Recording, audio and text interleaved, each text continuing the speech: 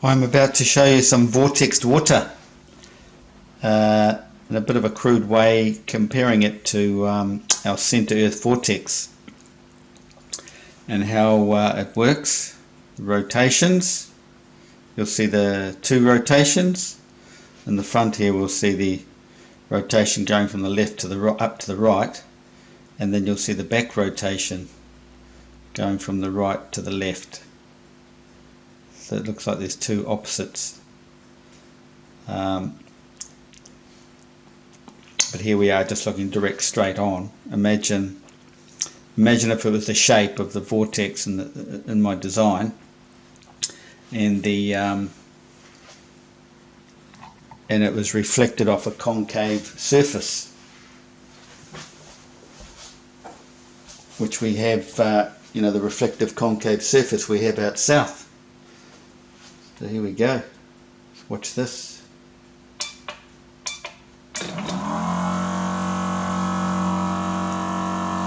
So we don't see it on the centre of our world, do we? Not until it's illuminated at night on the night sky. Reflective dome. There we have it. The night comes in and we have the sun and the vortex at all times. Only on one half at a time, but voila, look at that. Doesn't that look pretty?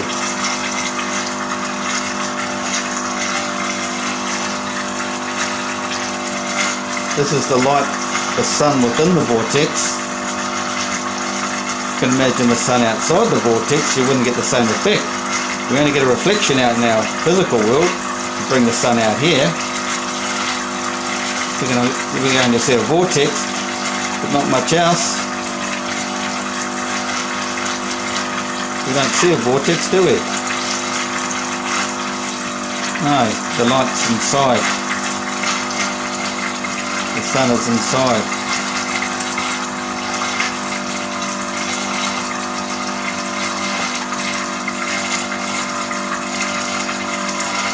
This is going a hell of a lot faster than our physical world rotates. We only spin at 15 degrees per hour. This is going a lot faster than that. Hence the long streaks, what we would have as stars. But basically this is what we are out in the physical world. It's just all to do with moisture. Reflected light into an atmosphere full of moisture. Water is always coming into the religious stories because of the magnetic fields moving the water. And the moon moves water. You know, the moon draws the moisture in the earth. It moves the moisture in the human brain too. That's where the Noah story comes into it. The flood. You got the pineal gland region, the moisture, the fluid in your brain. Water turning to wine, that's the mixing of blood, but that's once the pineal gland's been opened. This water is rainwater, filtered rainwater, no chlorine, no fluoride. If you're a runner or you're into exercise, you drink a cup of tap water, run around the block, then drink a cup of this water, you'll notice the difference for sure. Really oxygenates the water. I think it gives you the 10 times the lasting effects of a cup of glass from the tap. So I only have a white light. Imagine if this is a multiple light source like we have in our light spectrum. 6 other colours. And all this represents the sands of the world. All the sands of the world, as it says in scripture.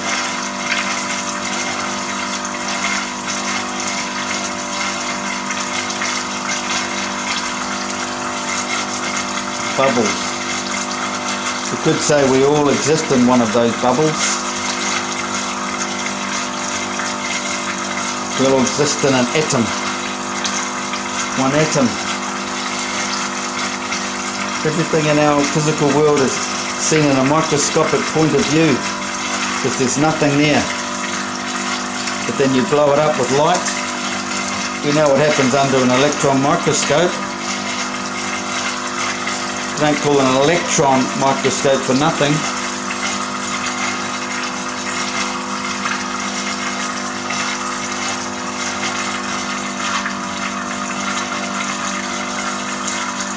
I could sit and watch that all day long.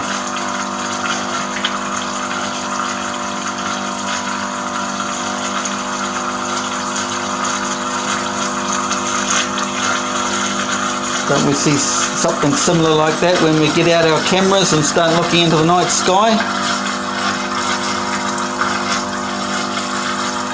Zoom into a planet, a wandering star.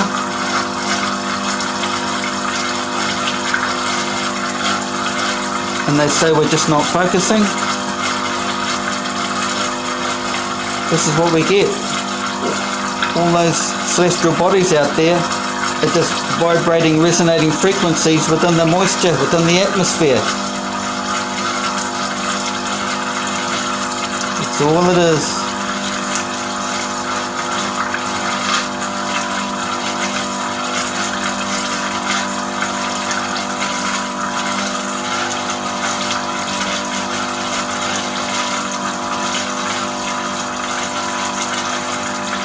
Pity I can't spin it a bit slower.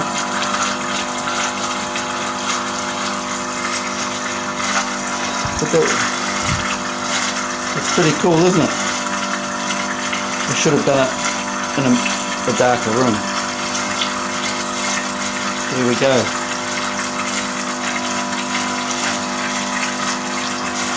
I'll turn it off and on a few times.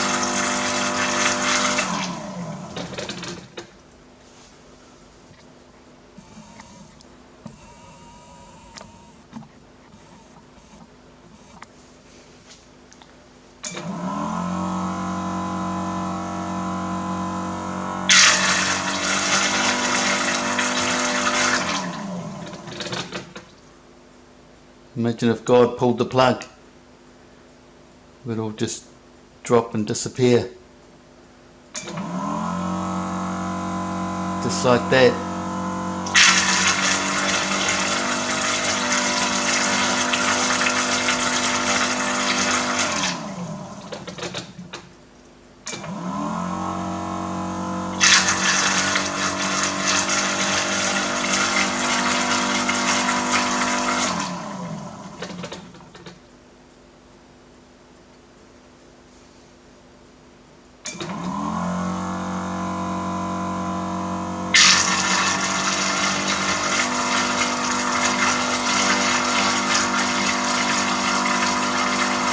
Okay.